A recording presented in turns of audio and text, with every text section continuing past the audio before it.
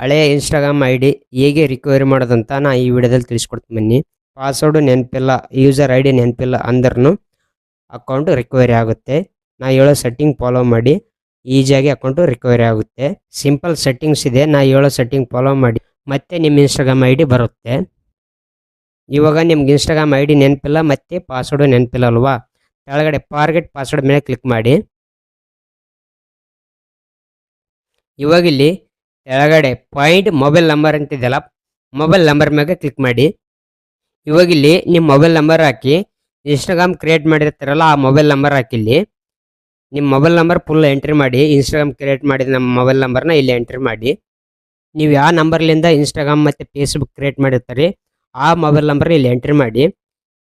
Mobile number full entry ಮಾಡಿದ ನಂತರ ಕೆಳಗಡೆ ಕಂಟಿನ್ಯೂ ಅಂತಿದೆಯಲ್ಲ, ಕಂಟಿನ್ಯೂ ಮೇಲೆ ಕ್ಲಿಕ್ ಮಾಡಿ.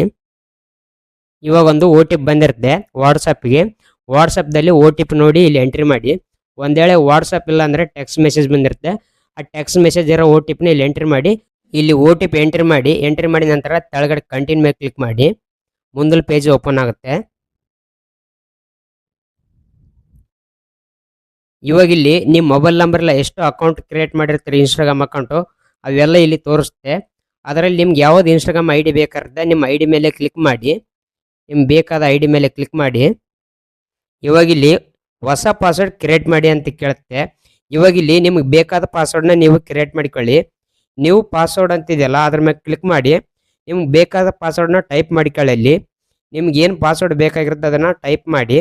ಪಾಸ್ವರ್ಡು ಕರೆಕ್ಟ್ ಟೈಪ್ ಮಾಡಿ ನೆನಪಿಟ್ಟುಕೊಳ್ಳಿ. ಟೈಪ್ ಮಾಡಿದ ನಂತರ ಕೆಳಗಡೆ ಕಂಟಿನ್ಯೂ ಅಂತಿದೆಯಲ್ಲ, ಕಂಟಿನ್ಯೂ ಮೇಲೆ ಕ್ಲಿಕ್ ಮಾಡಿ. ಇವಾಗ ನಿಮ್ಮ ಇನ್ಸ್ಟಾಗ್ರಾಮ್ ಐ ಡಿ ಓಪನ್ ಆಗುತ್ತೆ. ಈ ಥರ ಪಾಸ್ವರ್ಡ್ ನೆನಪಿಲ್ಲ, ಯೂಸರ್ ಐ ಡಿ ನೆನಪಿಲ್ಲ ಅಂದರೆ ಇನ್ಸ್ಟಾಗ್ರಾಮ್ ಐ ಡಿ ರಿಕವರಿ ಮಾಡಿಕೋದು.